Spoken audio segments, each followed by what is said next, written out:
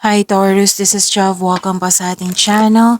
By the way, Taurus, this is timeless reading. Gamitin ang reading na ito bilang gabay lamang. Kung naka-resonate kayo, comment down. Tandaan Taurus, ito ay channel reading. Kunin nyo lang po kung ano ang naka-resonate sa iyo. This is for you, Taurus.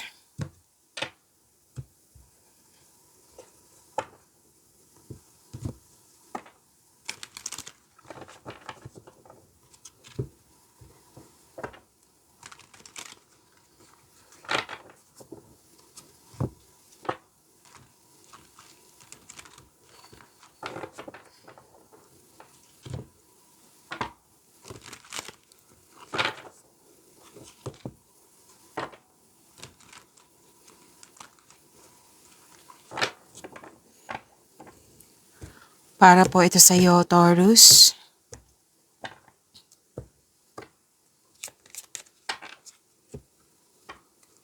Kuha muna tayo ng mensahe.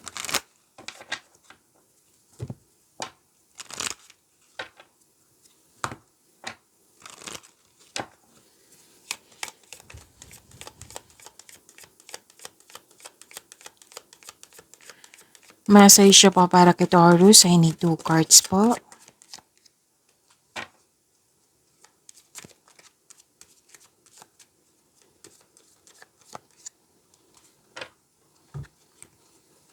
Ay, wow. Take back your power and victory.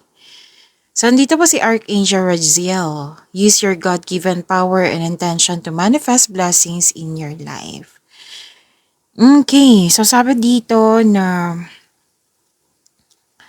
Okay. May sabi dito na yung talent mo, gamitin mo yung talino mo, yung, anong tawag dito? Skills mo, talino, talent, oo, para makakreate ng opportunity at mag-set kayo ng clear intention para ma-manifest mo ito.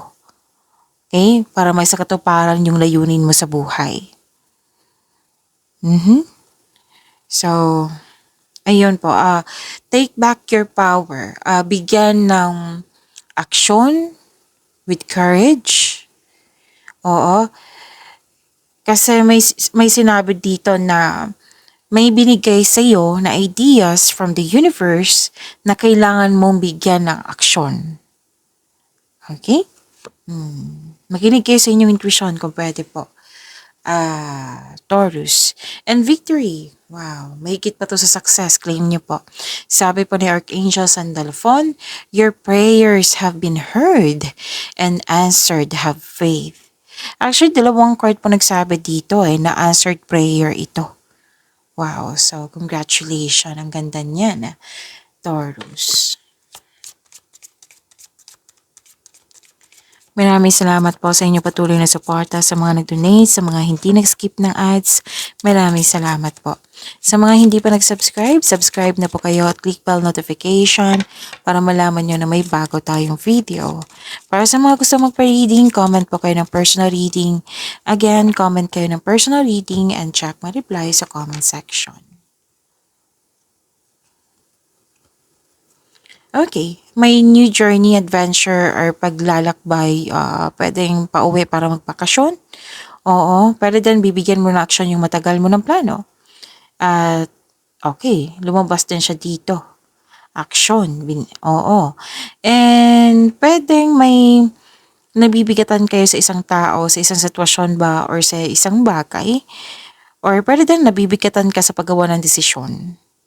Okay? Kasi may nakita ko ditong na may guilt and sacrifice. Tapos, sa mga nahihirapan, huwag kayong mag-alala kasi may nakita ko ditong recovery. Okay?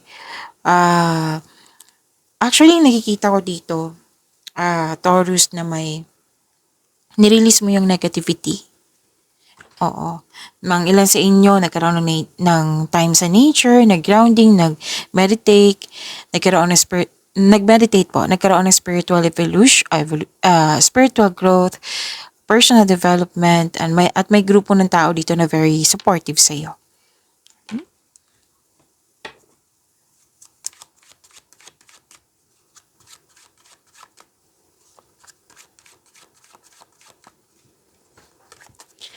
energy po ni Taurus. Ay wow, Taurus, nakuha mo si Wheel of Fortune.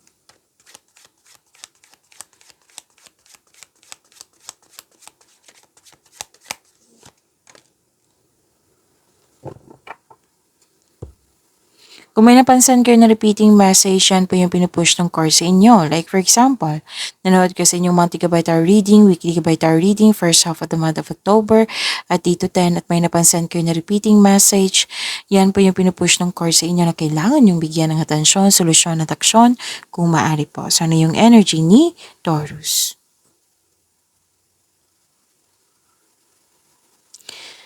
Magandang kapalaran, good fortune, blessings, opportunities, unexpected wealth, stability, changes, completion of cycle.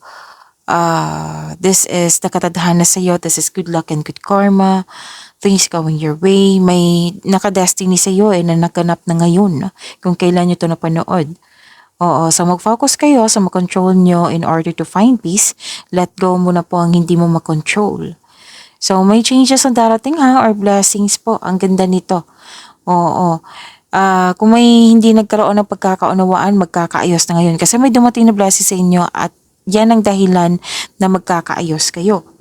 You're moving from a painful cycle to happiness. So, embrace this new situation na dumating sa iyong buhay. Taurus, claim niyo po. Ang ganda nito.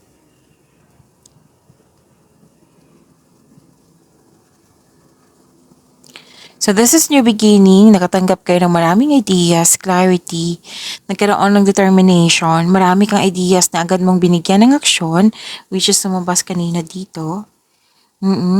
Magkakaroon ng confrontation sa isang tao, mag-uusap po kayo, importanteng pag-uusap po ito, makinig din sa inyong intuition at napansin din nila na may improvement sa iyong communication skills.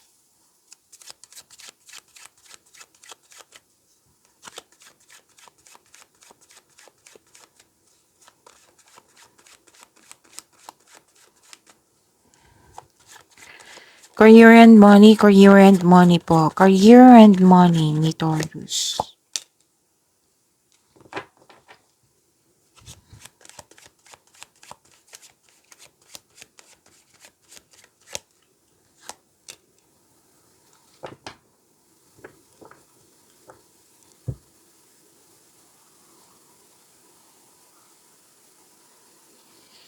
Nakikita ko dito na you are moving into a relationship role sa work or nakikita nilang magaling ka na leader. May nakita rin ako dito na may in-offer sa iyo na leadership role. Sabi ng card dito, magaling kayo sa inyong mga ginagawa dyan. Magaling kayo na leader. At nakikita ko rin dito yung stability sa iyong career and financial stability. So, claim niyo po, ang ganda.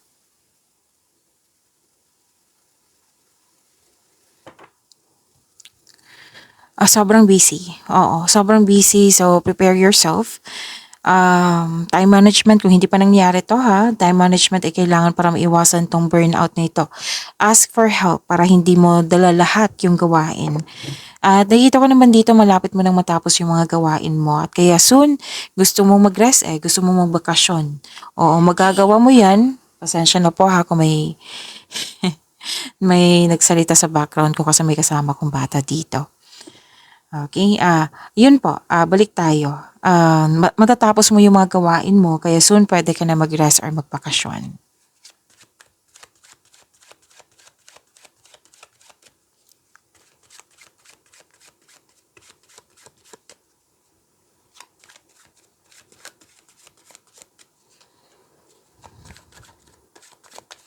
Love life, self-love, partnership, and romance ni Taurus.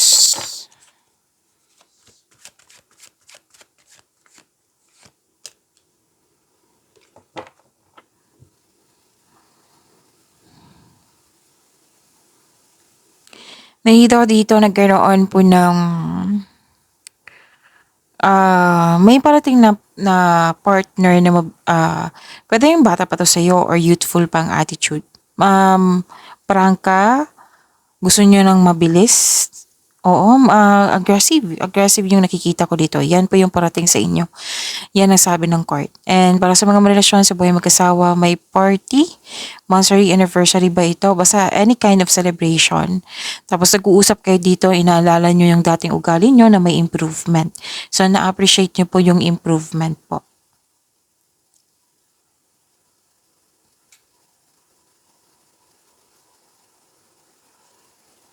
Okay, so may conflict talaga dito, oh. Pwede sa matalik mong kaibigan 'to, malapit sa'yo or puwedeng sa person mo. Pero nakita ko naman dito na mag-uusap kayo. Kasi sinabi ng court dito, communication is the key, tapos may pag-uusap din dito na sinasabi. So, mag-uusap kayo ng mahinahon. Okay, iwasan niyo lang mag-overthink po, sabi ng iyong card. Pagyamanin niyo po yung blessings na binigay sa inyo. Taurus, see you tomorrow. Maraming salamat po.